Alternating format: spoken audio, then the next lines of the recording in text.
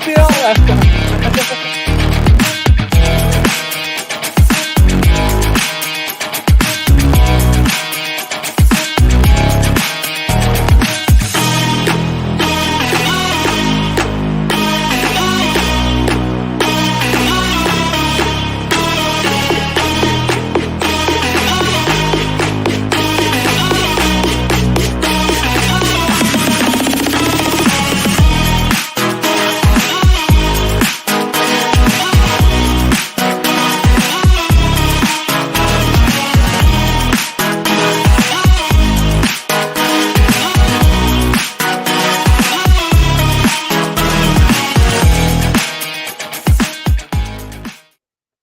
Hey guys, John Rapp here with my good buddy Daniel Bychowski.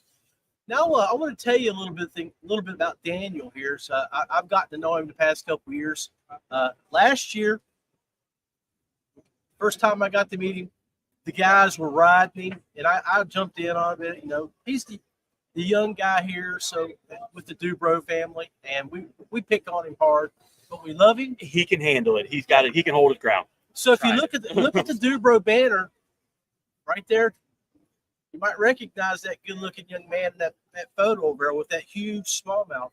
Daniel, obviously, you've grown up in the outdoor world. You've watched your dad take over a company. He had a Dewey Baits, then he took over Dubrow. I mean, talk about your experiences growing up, being in an outdoor family, and your love and for passion for fishing and hunting and stuff like that. Yeah, so my grandpa kind of got me into it all. He's a giant fisherman, been fishing since he was little, brought my dad up fishing. Ever since probably kindergarten almost, he took me out fishing lake up in southern Wisconsin.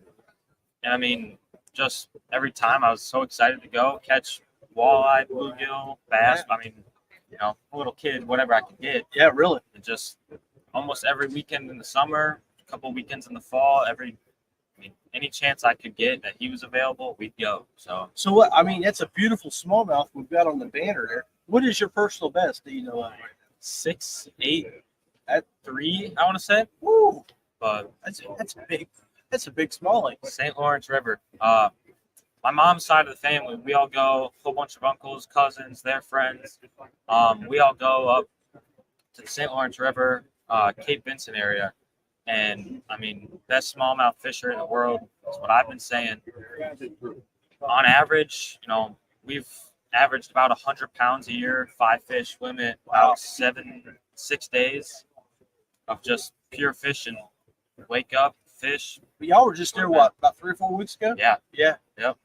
A little rougher this year. Water temps were a little higher, but I mean, did decent, you know. So ICast, I mean, this is your second year here, or fourth year.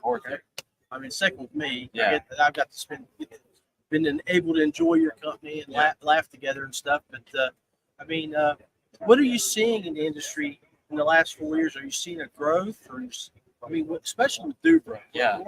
What direction have y'all seen yourselves move? For Dubrow, I would say we've definitely been growing. You know, we've been adding way more products to the line each year. Like I said, we keep growing. But for the overall show, every year's really been very different for me, just because the first year, 2020 was COVID, so we were just getting out of that. We were like, I don't know if we're gonna have a show. And then the year after that, we were like, how is this gonna go? Now everything's kind of getting back to normal. Little less boots. Yeah. 2022 boots really started to shoot up. 2023, you know, just getting back to normal for everyone else. For me, it's still different. Yeah. And then this year, you know, we're seeing a lot more of the international market back here. That's this year. So. The first year, I don't think I saw anyone from out of country. Yeah. Now we've seen a lot more people from Southern America, a couple people from Spain, you know. Japan, definitely. Well, I mean, and that's the one thing Daniel's been working here with his dad. I mean, you just graduated high school, had a hell of a wrestling career there.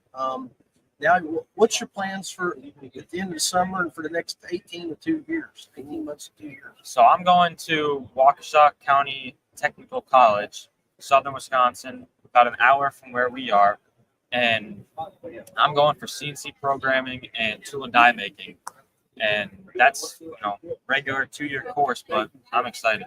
I mean, and there's a reason for that, folks, because Dubro has a big warehouse, a lot of equipment, and a lot of your equipment is machine working. Oh yeah, we just got a new CNC machine, and then with the tool and die making side, we've got, I believe, 7 presses of plastic injection molding, and been learning on that for a while now. But with school, it's just kind of hard to really get the time to truly learn every single little bit. So I'm excited to go that way. Well, as I've been teaching you for the last 2 years, I always call you our executive vice president of Dubro Fishing. I mean, in a lot of ways, that's what you are. I mean, nowadays, 18-year-old man stepping in, been over selling stuff to guys in Spain and Peru, and Honduras the past few days.